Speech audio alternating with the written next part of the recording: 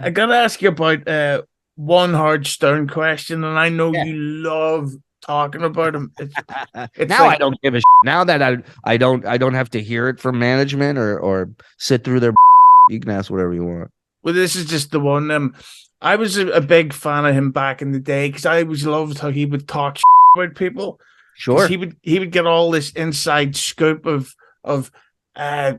Prince was a dick at a private concert, or Yeah. Ashton Kutcher was a dick, which is shocking to hear. He seems like such a nice guy. Yeah. All this stuff.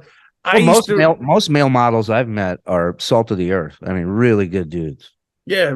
Thank you. I'll Yeah. tell you that at the next meeting. Let your audience know it was a joke. Go ahead.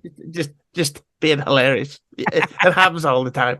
A world exclusive. Go ahead. But I remember how Stern used to shit all over Bruce Springsteen, the Of boss, course. and he was always like, "I don't get it. Why does he try to do this when he's so rich? It's so fake." Right. Because Hard Stern would never be a fake person.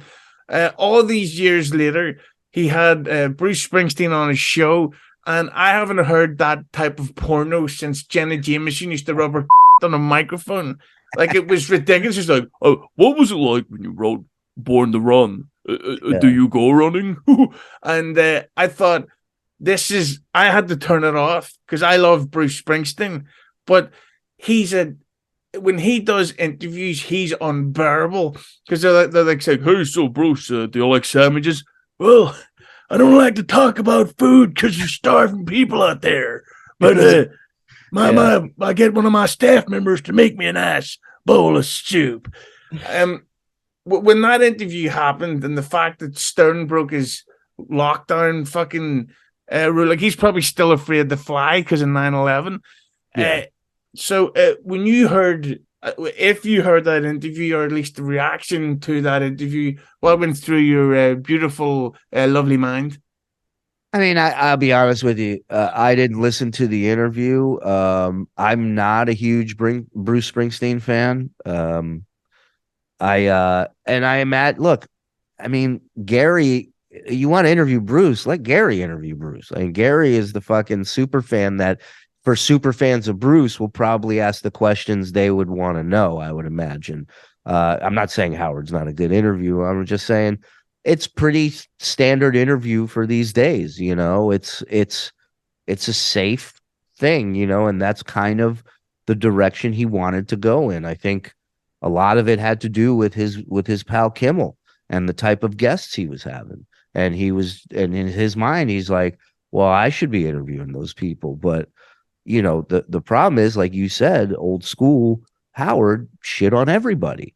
So you have a lot of people who, they have people who work for them that much like Howard, make sure they don't go on something that shit on them. And now you have to factor in, like, what's in it for them to come on this show now, right? Like, it's not like when politicians were being elected and fucking albums were debuting number one and movies were debuting number one.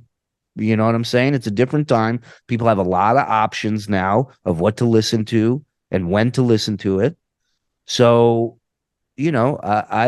I don't think I did. I knew going into it, I'm like, it's not going to be earth shattering. There's nothing that's going to be, groundbreaking, but it's a good get for him, and it's a good get for Bruce. So I guess all parties are happy. Yeah, see, that's one of the That's problems. a Is it? that's a management booking, by the way. That's not Howard saying get me Springsteen. Yeah, You yeah, know what but I mean? so were you actually hungry when you wrote "Hungry Heart"? No, I don't eat. It's not fair.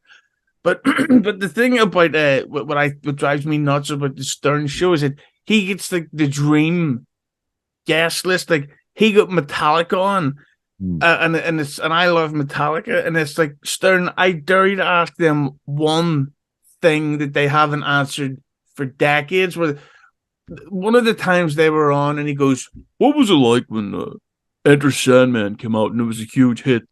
Did it feel good?" And they're like, "Yeah."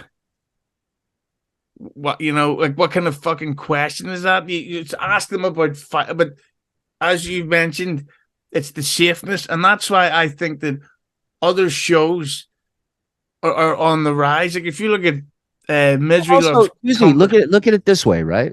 Look at it this way. Let's say you're 70 years old and you've been doing this shit for fucking 50 goddamn years, right? And you got to talk to me.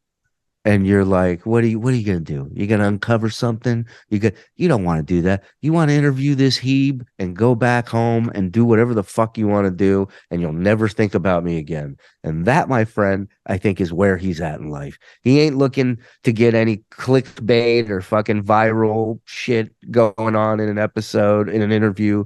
He's just looking to do his time and get released. So that's why I think you have these kind of safe routes that aren't really making any waves. It's just it's like Access Hollywood, right? Used to be a current affair. Now it's Access Hollywood. So, but that's evolution. That's the direction he wanted to go in. People don't like it, and you know, a lot of those people haven't evolved and stop drinking for a month and think it's a big deal. But whatever, it's up to them. But I didn't say I was quitting cocaine as well. But let's not make fun of Access Hollywood. I mean, there's a fascinating article or whatever you call it segment on James Cameron's ties at these Avatar premieres. I actually taped that, and I'm going to rewatch it again later on tonight in the nude. I don't know how there isn't a fucking Jonestown mass suicide at that fucking place. I mean, people working on all that fucking mindless garbage.